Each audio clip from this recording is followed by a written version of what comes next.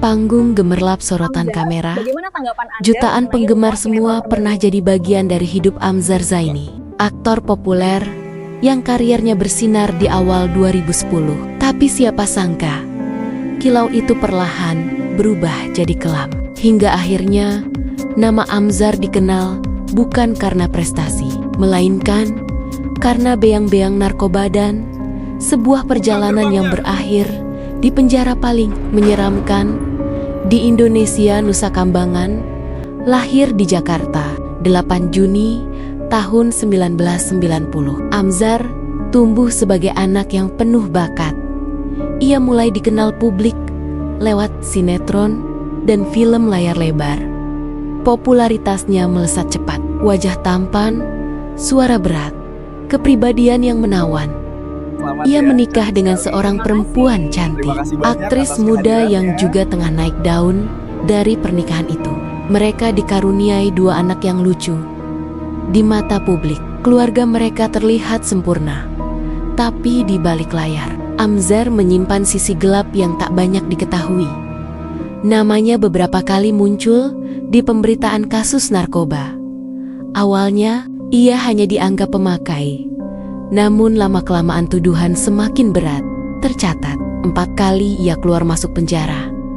Setiap kali bebas, publik berharap ia berubah. Tapi godaan dunia malam, tekanan hidup, dan kesepian membuatnya kembali terjerumus. Puncaknya terjadi di awal tahun 2025. Sebuah operasi besar di Lapas Jakarta mengungkap jaringan pengedar narkoba. 5 orang ditangkap dan nama Amzar Zaini kembali mencuat. Kali ini disebut sebagai otak di balik peredaran. Namun Amzar bersikeras, "Saya bukan bandar, saya korban keadaan." Meski begitu, proses hukum tetap berjalan.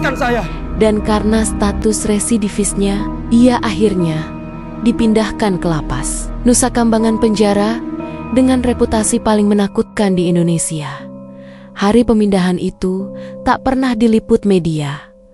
Amzar digiring dengan kepala tertutup kain hitam, tangan diborgol, dan dijaga belasan petugas bersenjata. Kapal kayu kecil yang membawanya melintasi laut menuju Pulau Nusa Kambangan terasa seperti perjalanan tanpa pulang. Begitu masuk gerbang besi itu, katanya kepada rekannya, "Aku tahu, hidupku nggak akan sama lagi." Hari-harinya di dalam lapas berjalan lambat dan sunyi. Di tempat itu, tak ada status selebritas, tak ada penggemar, tak ada sorotan kamera. Hanya dingin tembok, sunyi malam, dan bayang-bayang masa lalu. Namun yang membuat Nusa Kambangan berbeda, bukan hanya keketatannya, melainkan hal-hal yang tak bisa dijelaskan logika. Beberapa narapidana lama sempat memperingatkan Amzar kalau malam Jumat jangan tidur menghadap selatan. Kadang ada yang lewat. Amzar tak mengerti.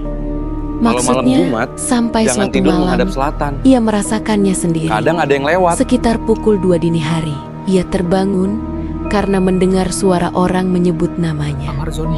"Amzar, tolong saya." Suara itu pelan tapi jelas, berasal dari arah dinding kamar tahanannya.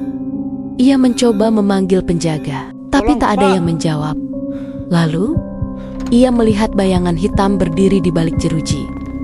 Bayangan itu tinggi, kurus, dan menatap tanpa mata. Paginya, ia menceritakan kejadian itu kepada tahanan lain. Namun yang lain hanya menatap datar dan berkata, "Kamu bukan yang pertama, banyak yang dengar namanya dipanggil di sini." Biasanya itu tanda ada yang menyesal. Sejak malam itu, Amzar mulai berubah. Ia lebih pendiam, lebih religius, dan sering terlihat menulis di dinding sel kalimat yang sama berulang-ulang. Tuhan, beri aku kesempatan terakhir. Di luar, publik masih memperbincangkan kasusnya. Netizen mendesak pengacaranya. Bahkan nama Hotman Paris ikut disebut dalam petisi online menuntut agar Amzar mendapat keadilan dan rehabilitasi, bukan penyiksaan. Tagar "Selamatkan Amzar Zaini" sempat viral di media sosial. Beberapa artis sahabatnya ikut bicara. Dan bahkan, rumor beredar permohonan bantuan sampai meja presiden. Namun di balik semua perhatian itu, Amzar tetap di dalam sel sempitnya, melawan dirinya sendiri. 1 tahun berlalu. Kabarnya, Amzar mulai menjalani hidup baru di dalam penjara, mengajar baca tulis untuk napi muda, membantu petugas kebersihan, dan rajin beribadah. Setelah itu, Amzar dikabarkan jatuh sakit. Tubuhnya lemah, tapi ia masih sempat berkata kepada perawat, "Tolong sampaikan ke anak-anakku, ayah sudah bebas, meski bukan seperti dulu." Dari kisah ini, kita belajar satu hal, bahwa setinggi apapun seseorang terbang, jika ia kehilangan arah, jatuhnya bisa sangat dalam. Namun di balik semua kegelapan, selalu ada harapan karena manusia. Seburuk apapun masa lalunya, tetap punya kesempatan untuk kembali pada cahaya.